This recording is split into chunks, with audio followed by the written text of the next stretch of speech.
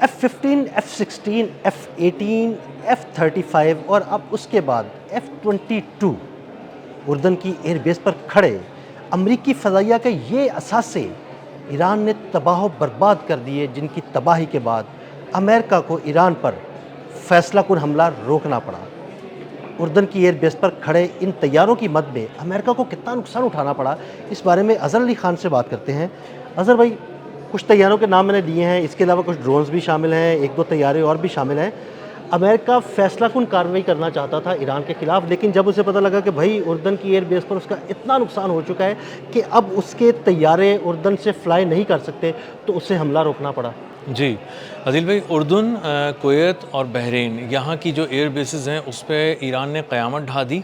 और न सिर्फ क़यामत ढा दी बल्कि वहाँ पर मौजूद हर काम की चीज़ को तहस नहस कर दिया, बर्बाद कर दिया।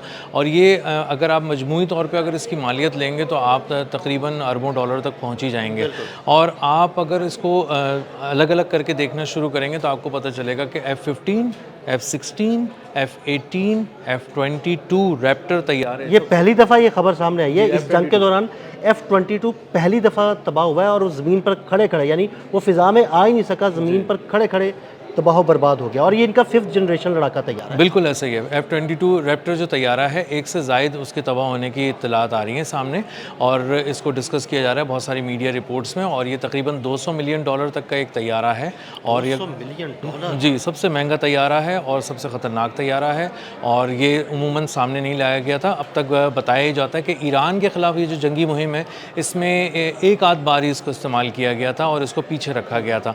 F-35 को सबसे अच्छा बनाकर पेश किया गया था, सबसे आगे लाया गया था, और वो भी जब निशाना बना तो आपको अंदाज़ा तो ये इत्तलात आ रही हैं कि वो एक दो नहीं, कुछ 4-5 तैयारे तबाह हो चुके हैं। जी, इसको बताया जा रहा है कि ये 4 F-35 तैयारे हैं जो हैंगर में खड़े खड़े तबाह हो गए। और जो लैरी जॉनसन है, एक्स CIA एनालिस्ट, वो तो एक पॉडकास्ट में ये भी बता रहे हैं कि तकरीबन 12 F-35 हैं। जी, जो बड़ा नुकसान। जी बिल्कुल, $120 मिलियन का अगर एक तैयारा हम इसको काउंट करें तो 12 तैयारे $1 अरब से ऊपर के चले जाते हैं ये। और अंदाज़ा होता है कि बहुत ही बड़ा झटका पड़ा है, अमेरिका को लगा है। जो उन्होंने सबसे जो ख़तरनाक हमला था वो बहरीन में किया गया, और उसके जो शेख ईसा एयर बेस है उस पे ये F-22 को निशाना बनाया गया। अच्छा। जी, वहाँ पे F-16 भी थे, F-22 भी थे, F-35 भी थे, और इसी तरह MQ-4C ट्राइटॉन भी थे तैयारे, जो इससे भी महंगा है F-22 रैप्टर से भी। वो $240 मिलियन का एक ड्रोन है, सर्वेलेंस ड्रोन है। और क्योंकि वो ड्रोन तो से ना ही कहें, वो तैयारा ही कहें, वो इतना बड़ा है, पूरे तैयारे से भी बड़ा है वो। बिल्कुल ऐसा ही है, वो पूरा तैयारा है, बगैर और पायलट के तैयार है। जी, और पायलट वाले तैयारे से भी महंगा है। हाँ जी, बिल्कुल। जो जंगी तैयारा है अमेरिका का।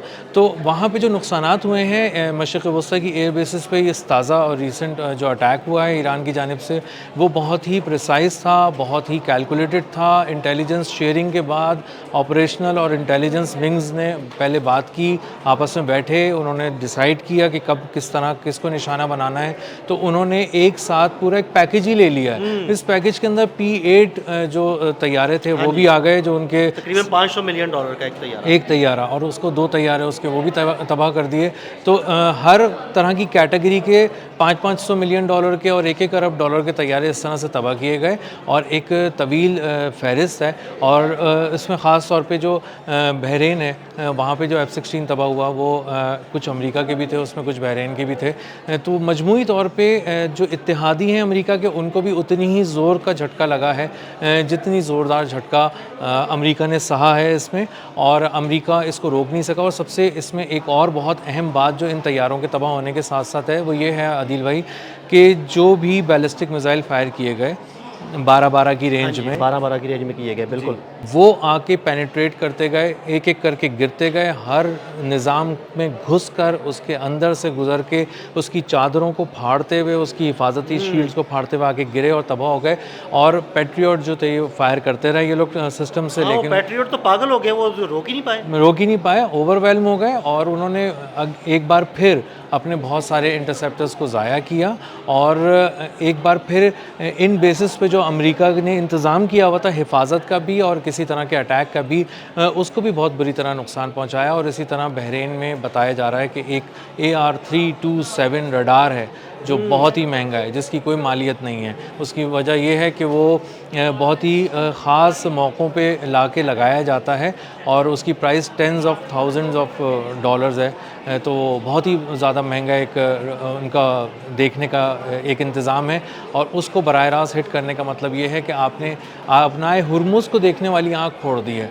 और वहाँ पे जब वो देख रहा था AR-327 रडार, तो बुनियादी तौर पे वो अपनाए हुरमुज़ की तरफ जो भी किसी किस्म का मिशन करना हो, किसी किस्म की मुहिम करनी हो ईरान का ज़ोर तोड़ने के लिए समंदरों में, उस आँख से देखा जा रहा था। तो वो आँख भी ईरान ने फोड़ दी। अच्छा भाई, मैं बड़ा हैरान होता हूँ कि बहरीन, उर्दन और कुवैत, पिछले 2 दिन के दौरान इन 3 अड्डों को सिर्फ निशाना बनाया गया, लेकिन इतनी खुश सलूबी, इतना प्रिसाइज तरीके से बनाया गया कि अमेरिका का कोई एसेट नहीं बच सका, कोई तैयारा नहीं बच सका। जी अदिल भाई, ये ना जज्बात में किए गए अटैक नहीं थे और अचानक किए गए अटैक नहीं थे। सबसे पहले ईरान की फोर्सेस ने अपनी इंटेलिजेंस से मालूमात इकट्ठी की।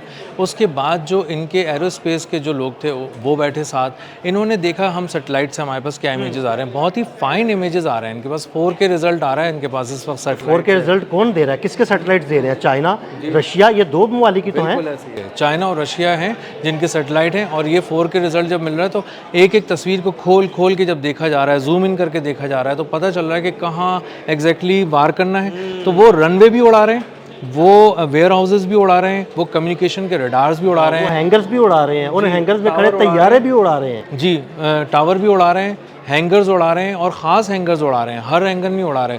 वो देख रहे हैं F-35 किस छत के नीचे है, F-22 रैप्टर कहाँ खड़ा हुआ है, MQ-4C ट्राइटॉन जो उनको पता था कि ये आएगा और फिर शायद दोबारा ना पकड़ा जा सके या इसको पकड़ना मुश्किल हो, तो उन्होंने कहा इस जड़ को भी यहीं काट दो। तो इसीलिए उन्होंने बहुत ही प्रिसाइज अटैक किए, सेटेलाइट इमेजेस को देखते हुए किए और इंटेलिजेंस की बुनियादों पे किए। और ये भी बताया कि बटन दबाने से पहले, जिस वक्त उन्होंने लॉन्च किए मिसाइल्स, आखिरी वक्त में एक बार फिर इंटेलिजेंस से पूछा गया कि जो कुछ हम तबाह करने जा रहे हैं वो हिल तो नहीं गया अपनी जगह से, हटा तो नहीं दिया गया, मतलब वहीं पे मौजूद है। दोबारा एक दफा फिर इंफॉर्मेशन ली गई। जी बिल्कुल आखिर में। और उसके बाद उन्होंने फायर किया। तो इसका मतलब ये कि ईरान न सिर्फ अमेरिका, उसके इत्तेहादियों को बहुत ही गहरी चोट पहुंचा रहा है, ज़ख़म लगा रहा है बहुत गहरे, ऐसे ज़ख़म जो मुंदमिल नहीं हो सकते, बल्कि वो साथ साथ अपने मिसाइल भी बचा रहा है और अपने मिसाइलों को बहुत ही कीमती समझता है, जो कहता है ना बहुत बड़ी तादाद में। तो इसका मतलब ये नहीं कि वो उसको जज्बात में आके ज़ाया करना जो है ना वो चलाता रहे, वो बिल्कुल अपने हदफ को निशाना बनाता है और उतने ही मिसाइल फायर करता है जिनसे उनको तबाह किया जाता है। जी, जहां 12 मिसाइल भेजने थे और 12 साइट्स को तबाह करना था, वहां तबाह की। और उन्होंने मजमूई तौर पे एक एयरबेस पे 2 वेव्स के अंदर 2 अटैक करके 18 टारगेट्स को निशाना बनाया।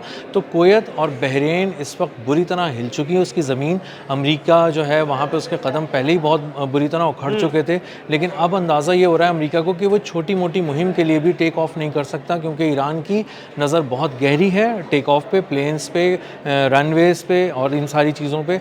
और जो आसमानों की तरफ उड़ता हुआ ऑब्जेक्ट है जो बिल्कुल अभी टेक ऑफ कर रहा है, वो ईरान की नज़र में है। वो तैयारा है तो वो उसको अपनी पसंद की जगह पे मारता है, पकड़ता है, फंसाता है अपने जाल के अंदर और उसके बाद उसको जो है वो गिरा देता है, या फिर उसको किसी तरह से वो आप कह लें कि हाईजैक कर लेता है या हैक कर लेता है। तो इसलिए अब ड्रोन से लेके F-22 और F-35 और F-16 तक अब हर टेक्नोलॉजी इस वक्त फेल हो चुकी है और अमेरिका बहुत ज़्यादा मुश्किल में है। उसको अंदाज़ा ही होता है कि अगर अगला कोई हमें हमला करना है तो कहाँ से टेक्नोलॉजी लाएं, किधर से हम उसका इंतज़ाम करें। इसीलिए वो हमला नहीं कर सका। बहुत शुक्रिया अज़हर भाई। अज़हर भाई ने इस सारे मामले पर बड़ी तफसील के साथ रोशनी डाली, ये भी बताया कि अमेरिका को कितना नुकसान उठाना पड़ा। मज़ीद अपडेट्स के लिए हमें फॉलो करते रहें। अदील अहमद और असर अली खान को इजाज़त दीजिएगा। अल्लाह हाफ़िज़।